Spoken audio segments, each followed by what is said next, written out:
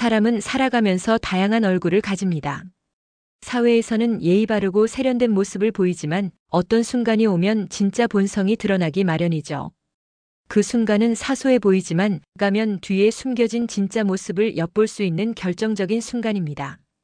가족 사이에서도 마찬가지입니다. 평소에는 다정하고 의젓한 자식처럼 보이지만 부모가 늙고 힘이 약해지면 전혀 다른 태도를 보이기도 합니다. 누가 진짜 효자이고 누가 부모를 생각하는지 그 본성은 시간이 흐르며 서서히 드러나죠.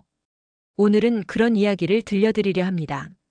겉으로는 모범적인 장남과 어릴 때 말썽꾸러기였던 차남. 하지만 세월이 흐르며 부모에게 어떤 모습으로 남았을까요? 그리고 부모가 내린 선택은 무엇이었을까요? 이야기를 끝까지 들으시면 가족이라는 이름 아래 감춰진 진짜 모습이 무엇인지, 그리고 우리가 어떤 선택을 해야 하는지 생각해 볼 수 있을 겁니다. 그럼 시작하겠습니다. 80대 진철 씨 부부의 이야기입니다. 진철 씨 부부에게는 두 아들이 있습니다. 첫째 아들은 어릴 때부터 똑똑했습니다.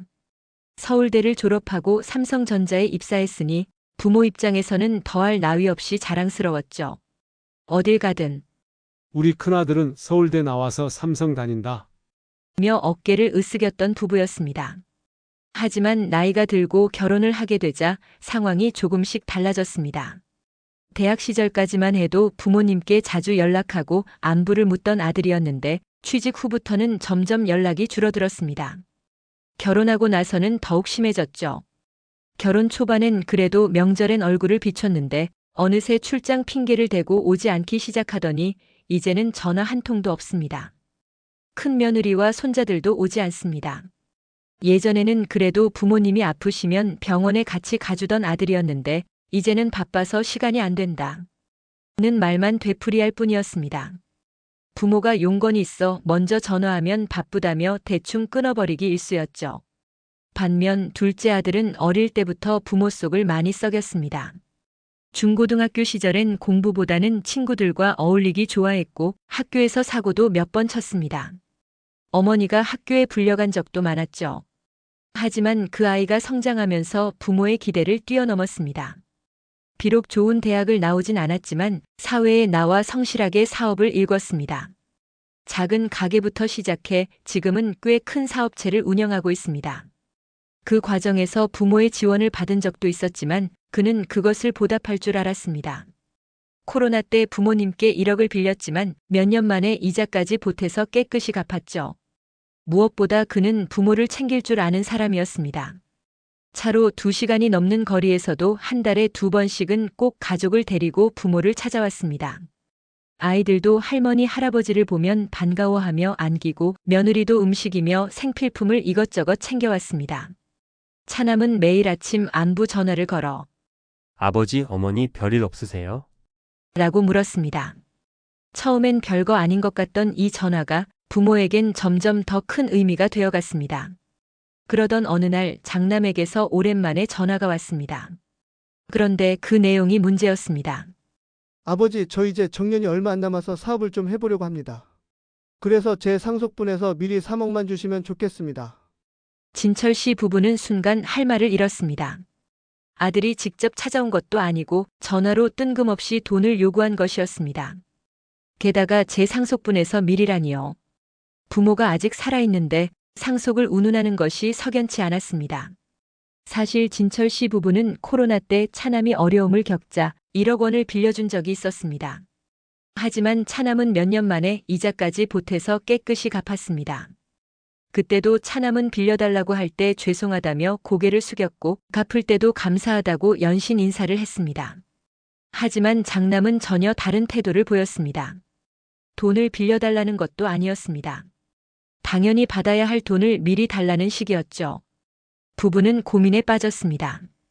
3억 원이 작은 돈이 아니었습니다.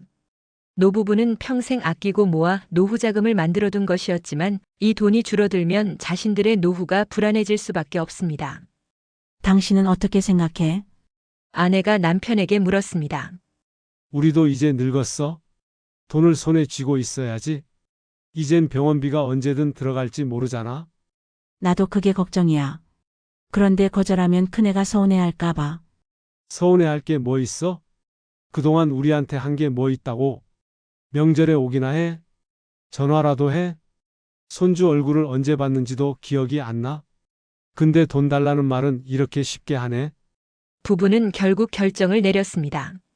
우린 노후 자금을 쓸 생각이 없어. 내가 사업을 하려면 내가 방법을 찾아야지. 부모 돈을 먼저 기대하는 건 아니지 않냐? 나중에 우리가 떠난 후 남은 유산이 있으면 그때 공평하게 가져가라. 이 말을 들은 장남은 못마땅한 기색이었습니다. 그럼 형기는 1억 받았잖아요. 그럼 저도 받아야 공평한 거 아닌가요? 진철 씨는 단호하게 말했습니다. 형기는 빌려갖고 갚았어? 하지만 넌 빌리는 것도 아니고 그냥 달라는 거잖아. 그건 다르지 않겠냐? 장남은 불만스러운 듯 더 이상 말이 없었습니다. 그리고 그 이후로 연락이 더욱 뜸해졌습니다. 부모가 자식들에게 똑같이 주고 싶은 마음은 당연합니다. 하지만 부모의 돈은 부모의 것입니다. 자신들의 노후를 먼저 생각하는 것이 가장 현명한 선택일지도 모릅니다. 여러분이라면 어떻게 하시겠습니까? 저희 구독자 여러분은 분명 가족의 의미에 대해 깊이 고민하고 더 나은 관계를 만들어가고자 하는 분들이실 겁니다. 우리는 살아가면서 가족이니까 당연하다는 말에 익숙해지지만 시간이 흐르면서 그 말이 얼마나 무거운 의미를 지니는지 깨닫게 됩니다. 부모와 자식 사이에도 당연한 것은 없고 서로를 존중하고 배려하는 마음이 없다면 결국 거리만 멀어질 뿐입니다. 오늘 이야기가 여러분께 조금이라도 생각할 거리를 드렸길 바랍니다.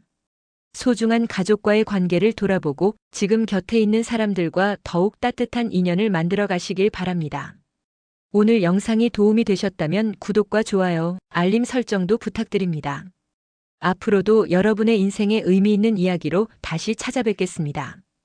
감사합니다.